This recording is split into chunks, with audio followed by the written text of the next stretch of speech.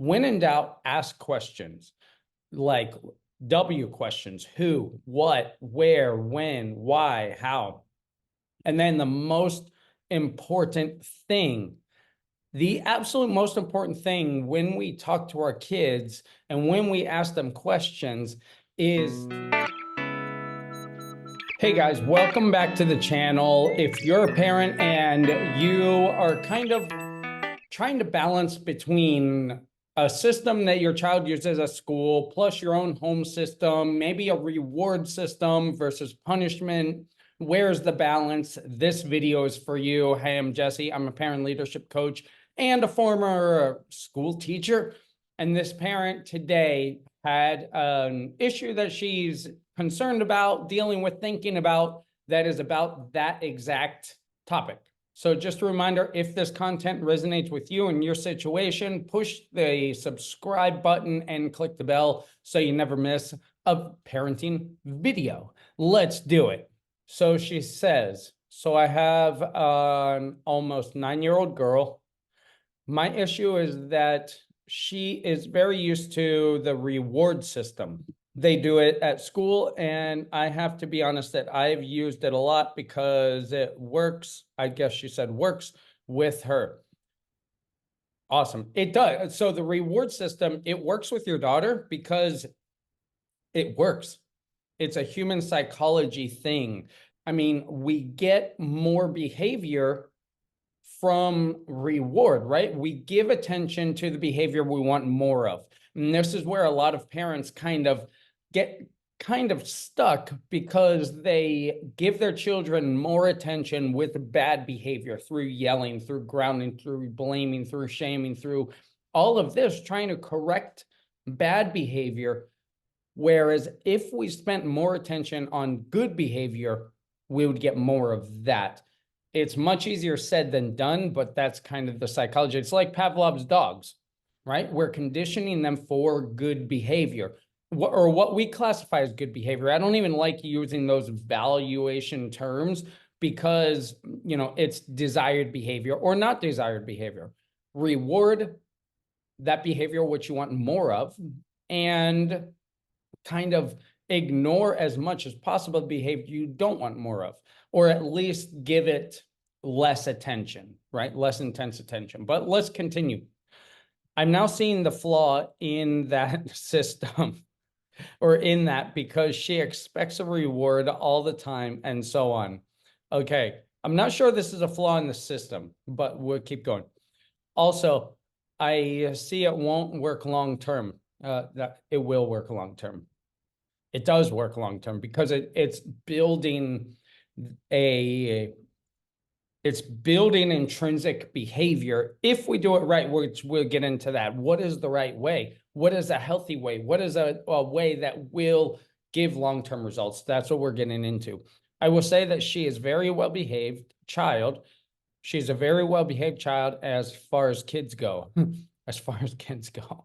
We don't really have any serious behavior issues with her. The only thing is her motivation mostly depends on getting something, and with the expectation of ballet. Oh, with the exception of ballet. Okay, I got it. She does ballet without expecting to get something. Cool. She loves it and works hard at it, so no material rewards. So I know she's capable of. Any suggestions to reverse this? How can I talk to her about the issue? Let's talk about this. Any suggestions to reverse this? Yes. Don't. That's my suggestion. Don't reverse this. This is beautiful. This is on the right track. I'll give you some tricks to modify it and to increase its potency, but do not reverse this behavior. Do not reverse the expectation of reward. And I'm going to give you some ways to magnify that and use that in a healthy way. How can I talk to her about the issue? She's 9. She can reason. I would just bring this up and ask questions. When in doubt, ask questions like W questions: who, what, where, when, why, how.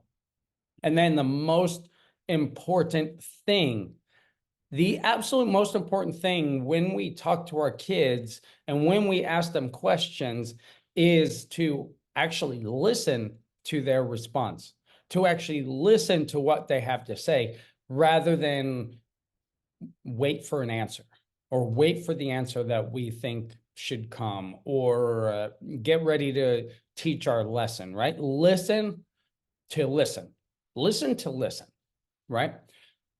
So let's tackle these issues. As a whole, I see that you're not really having a, quote, problem with her, and that's awesome. And it seems like to me that the issue here is a potential issue. It's in your own imagination that you're wondering in the future, will she always want to work to get a reward? Probably, because probably you work to get a reward. Probably you go to work so you can get a paycheck at the end of the day. Probably you, if you watch your diet and go to the gym, it's probably to feel healthy.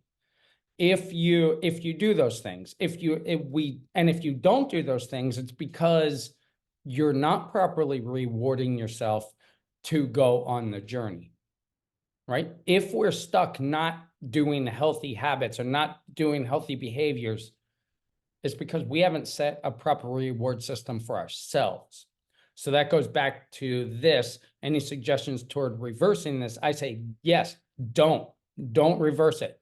Keep going in this direction. So there's this cool book called Mindset, and it's by Dr. Carol Dweck, I think it is. I'll put it on screen here. The last chapter, either last chapter or second to last chapter, I think it's the last chapter. It's a chapter written, the whole book is about the mindset of winners, the mindset of successful business owners who grew their businesses or their career, and the mindset they had during their journey of setbacks and struggles. And the last chapter was targeting parents and coaches to raise children with a strong mindset, right? So there was an interesting study, and there was more studies. Andrew Huberman has also cited a study that shows the same idea. Rewarding and praising a child's outcome or their natural ability or their talent has actually had negative effects on their behavior and on their production and on their progress than not giving any praise or not getting any reward. But rewarding a child's progress, rewarding their efforts, rewarding the steps to get to that outcome has had immense benefits in their confidence, in their results, in their grades, in their social life, rewarding the process, rewarding the efforts. So it would look like something like this, rather than saying, oh, you got, 4 A's. I'm so proud of you. You're so smart. That kind of thing has actually shown to have negative effects, medium and long term, than say, oh, I love this. You know what I love most? It's that you really worked hard at this. I love that you set your mind to this, and the grade, it's okay. That's cool. You got an A. That's amazing. But what's most important is that you stuck with this. It wasn't easy. I know it wasn't easy, but you did it. How do you feel? Something like that. These are some of the things that I use and some of the things that were suggested in these studies. So rather than rewarding is great. Let's do that. But rather than rewarding an outcome, reward the process, reward the effort, reward the journey, right? And that will do a couple things. That will help you guys be able to celebrate more wins together. You see, one thing I teach in my material is to celebrate wins, something we do every night. We celebrate wins. We say, what was a win you had today, right? And I have on my wall in my bathroom a bunch of affirmations, and one of those is 3 wins today, 3 wins tomorrow. What are 3 wins that I had today? What are 3 wins that I want tomorrow? Celebrating wins is giant because it motivates us to look for more opportunities to have wins. So little wins could be like picking up a piece of trash and throwing it in the trash can, right? Little wins could be putting your plate in the sink without being told. Little wins could be sharing with your brother or sister. Little wins for us could be communicating well with our kids. It could be doing actions and behaviors to be successful in our business, or be successful in our career, or take a strong move in the face of fear. Something like this. It helps us as parents to be more aware of our own wins and our own journeys. And then in turn, our children see us celebrating our own wins. Our children see our own mindset. Our children see an example of what an intrinsic reward system looks like, and that can be accompanied with an external reward. But we want to ultimately seek after that internal reward, that intrinsic reward. And the best way to do that is celebrate the best way I've seen that happen is to celebrate the process, celebrate the journey, and to embody it ourselves. And that will have a few benefits, like moving them away from always expecting an ice cream, a toy, some sort of external reward. It kind of moves them away from that. And that way, when we give that, it can give an extra kind of like special feel to it. But it can also leads them to experiencing more intrinsic rewards, because once they start seeing, it's this thing called the reticular activating system.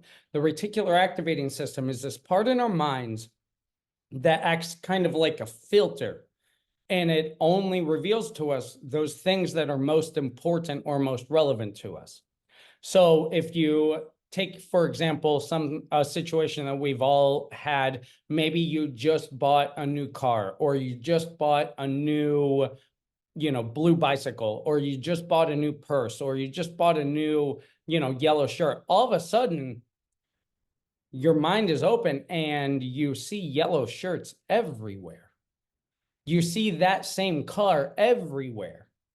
Did they just everyone just started to drive this, BMW or whatever? No, it's that your reticular activating system sees that and makes it important, so you notice it. Same thing happens with our behavior. If our own wins in the journey is important and is a priority to us, we're going to see more opportunities to create more micro wins, which micro wins stacked up creates macro wins, creates big wins. And that's really where the game is won. In parenting, remember, parenting is a long-term journey. It's a long-term game, right? We say, don't hit your brother, don't hit your brother, don't hit your brother enough times, or treat your brother with respect, treat your sister with respect, treat your sister with respect. Ultimately, 10 years down the road, 5 years down the road, they're best friends and they have a respectful relationship, where when they were children, they were at each other's throats because we kept instilling these values in them, right? Whereas at the time, if we give up and we treat them with no respect, down the road, where's their example to treat each other with respect? I'm kind of getting off topic here, but that's kind of the idea of the reticular activating system. We want to instill these step-by-step opportunities to celebrate these little wins. And that will really, without reversing this, we don't want to reverse this. We want to lean into it and do it in a healthier way. And that's a healthier way to reward the process, reward the effort, and instill intrinsic rewards more than expecting external rewards. I hope this helps. I hope these gave you some ideas. So in the comments, maybe discuss what are some examples that you could celebrate their process. Celebrate the journey. And if this kind of thing spoke to you, then below, I'm going to put a free resource for you to get a free PDF with affirmations, like I mentioned, with these things that you can cut out, print out, cut out, and put them all over your wall in the bathroom so your kids see them, so it enters their subconscious mind every single day. Again, like the long-term game, they'll think you're annoying now, but when I'm a winner, I am love, I am happiness. What is a win? When that play is inside their head as an adult, they're going to be set up for success. Thank you. Check that below, and I'll see you in the next one.